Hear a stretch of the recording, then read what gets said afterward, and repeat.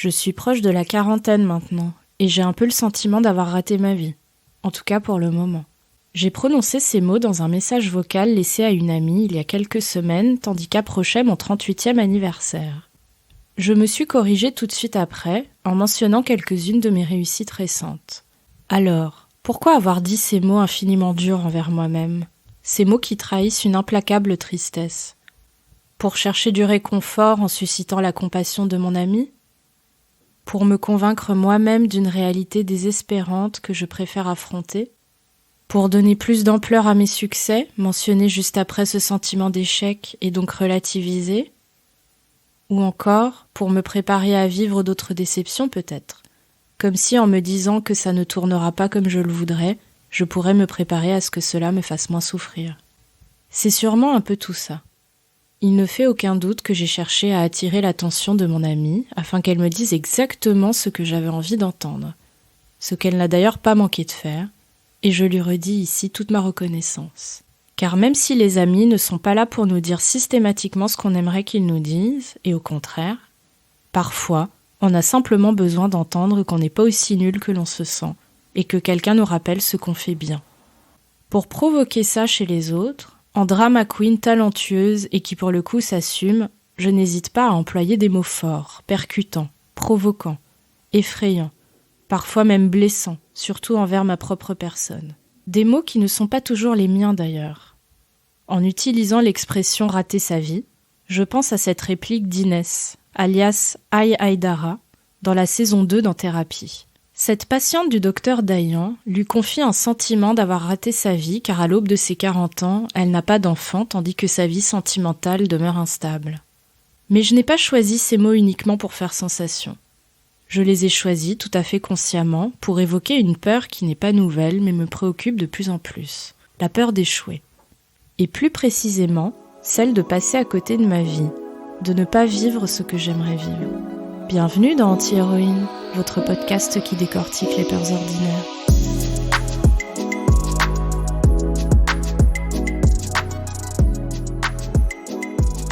Petite pause avant d'entrer dans le vif du sujet. L'enquête sur la peur d'Anti-Héroïne se nourrit de vos retours et des étoiles que vous donnez aux épisodes sur votre application de podcast.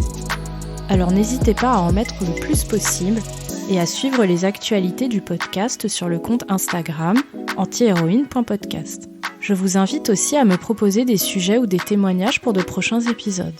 Merci pour votre soutien.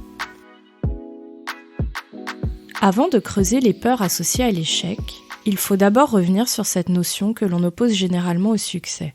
J'ai donc commencé par me demander si l'échec serait simplement l'absence de réussite. Si je me pose la question, c'est évidemment que je me doute que ce n'est pas aussi simple que cela. J'interroge donc la pitié de notre temps, Internet, par la voix de notre moteur de recherche préféré, et m'excuse d'avance auprès des passionnés d'échecs qui en connaissent déjà l'étymologie. En fait, c'est assez compliqué. Et donc pour éviter d'entrer dans des débats sémantiques sans fin, je m'en tiendrai ici à la définition de l'Académie française. Issue malheureuse d'une entreprise. Un succès. Revers momentané. Le mot « échec » a une origine étroitement liée au jeu du même nom au pluriel. C'est ainsi qu'échec et mat vient du persan shah, qui a sans doute donné en arabe « cher ». Précédé du pronom personnel « elle », le mot signifie « le roi ». À la fin d'une partie d'échecs, faire échec et mat veut dire gagner la partie, tandis qu'être échec et mat désigne l'état du vaincu. En effet, le roi est mort, el-chermat en arabe. Le concept d'échec a donc son origine dans un jeu de guerre qui se termine lorsque l'un des joueurs provoque la mort de l'autre.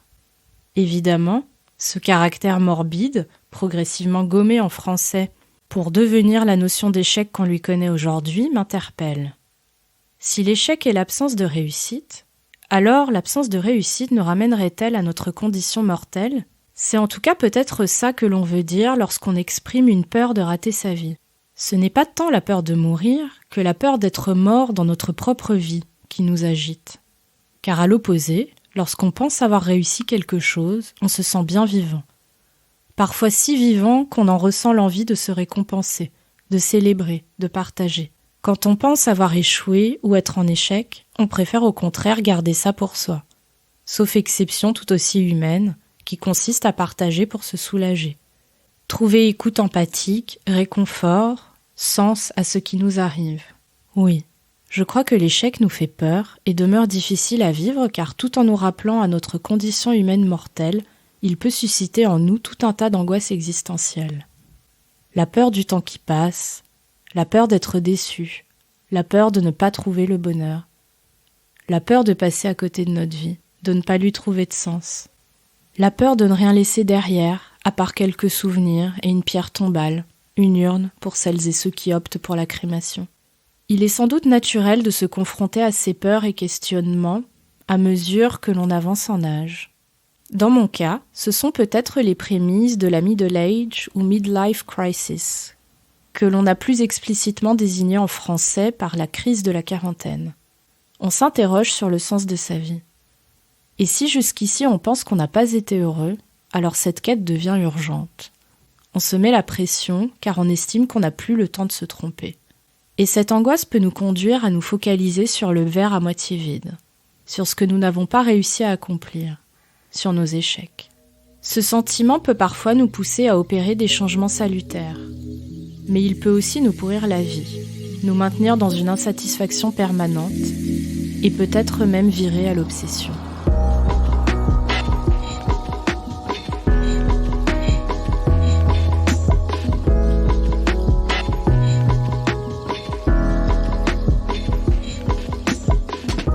L'échec constitue-t-il une réalité objective, mesurable, indiscutable, ou simplement une perception, un sentiment ? Échouer à un concours, par exemple, est une réalité factuelle. Mais s'agit-il uniquement et simplement d'un échec ? Le concept d'échec n'est-il pas réducteur ? Oui, on échoue à un concours. Et alors ? On essaiera de faire mieux la prochaine fois, et peut-être alors qu'on réussira.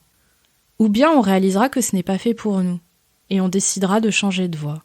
Ou encore, cette déconvenue nous amènera finalement à d'autres formes d'épanouissement qu'on n'aurait peut-être pas envisagées dans d'autres circonstances. C'est ce que le philosophe Charles Pépin appelle les vertus de l'échec. L'échec ne serait en fait pas un échec, mais un pas de plus vers la réussite. Comment ? En nous permettant d'apprendre, et donc de nous corriger pour bâtir nos futures réussites. En nous poussant à persévérer pour nous améliorer. En nous enseignant à être humbles et à nous remettre en question, ou encore en nous aidant à prendre conscience de notre véritable désir, avec, dans ce cas, un échec qui équivaut à un acte manqué. Selon cette vision plutôt optimiste, l'échec est un mal pour un bien. À force d'échouer, et à condition de savoir en saisir les vertus, on rebondit, on s'améliore, et on progresse vers la réussite.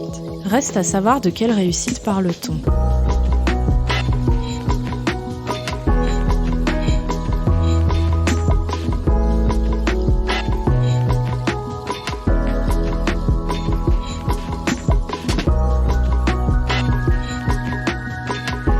Toujours selon le dictionnaire de l'Académie française, la réussite désigne une issue heureuse, le résultat favorable que connaît une entreprise ou une action, ou encore la qualité de ce qui a été bien conçu, exécuté de façon satisfaisante. Tout comme les échecs, la réussite est aussi un jeu dont les cartes étaient à l'origine utilisées pour prédire l'avenir. On retrouve ici la notion du temps qui passe et du jeu de la vie. La satisfaction est étroitement liée à notre perception de la réussite. Mais on sait aussi que cette perception personnelle de la satisfaction, et donc de la réussite, peut être plus ou moins influencée par les dictats de la société dans laquelle on vit. Ça pourrait expliquer qu'une personne ayant coché toutes les cases de la réussite ne se sente pas heureuse. À l'inverse, d'autres se diront tout à fait heureux, sans conjoint, sans enfant, sans job épanouissant, entre autres ingrédients courants de la réussite sociale. Tout dépend finalement de comment on réagit et du sens que l'on donne soi-même à un échec, à une action. Et ce sens peut évoluer. Un échec peut être très mal vécu sur le moment, mais faire le lit d'un bonheur à venir que nous appellerons ensuite réussite. On a beau le savoir, et malgré tout avoir peur d'échouer. De la même façon que nous avons généralement peur de tout ce qui est désagréable, de tout ce qui est douloureux. Car c'est rarement facile de traverser un sentiment d'échec. Encore une fois, on se sent nul, impuissant, incompétent, parfois honteux, Et ce traumatisme, on redoute de le répéter. Ça peut d'ailleurs nous maintenir dans un certain immobilisme. Mais à quoi peut bien servir de se mettre la pression, de se fixer des objectifs ambitieux, de courir vers toujours plus et mieux? J'interroge ici cette vision quelque peu consumériste qui nous pousse sans cesse à rechercher le bonheur dans l'accumulation. Cet individualisme exacerbé qui nous commande la satisfaction de nos moindres désirs et nous met donc en situation d'échec lorsque nous n'y parvenons pas. Peut-être bien qu'il n'y a pas d'échec, pas de mauvais choix, pas d'issue malheureuse, mais plutôt des expériences et des enseignements. Je sais que ça sonne complètement philosophie de comptoir, et aussi que je me dis ça un peu pour contourner la peur des regrets, pour transformer l'amertume des remords en leçons aigres-douces, et finalement pour avancer.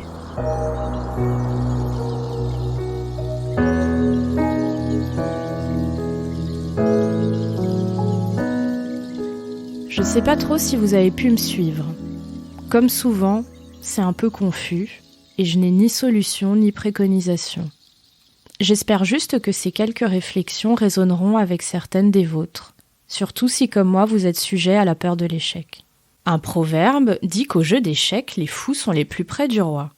Je vous souhaite donc d'être complètement fou allié. La folie permet d'oser, donne du courage et aide finalement à braver ses peurs. J'ai tant échoué dans ma vie. Et pourtant ma folie me permet de persévérer. J'ai cru capituler tant de fois. Et tant de fois je me suis relevée. Atteinte de claustrophobie aiguë, j'ai déserté le métro pendant 4 ans. J'attendais que quelqu'un me prenne par la main et m'y emmène, autant de fois que nécessaire pour ne plus avoir peur. Et puis un jour, enfin, j'ai compris. Il fallait oser.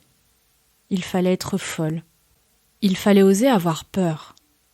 Alors j'y suis allée seule, lentement, progressivement, de manière répétée, avec pour seul allié sérieux du Lexomil dans mon sac en cas de crise de panique. En fait, non.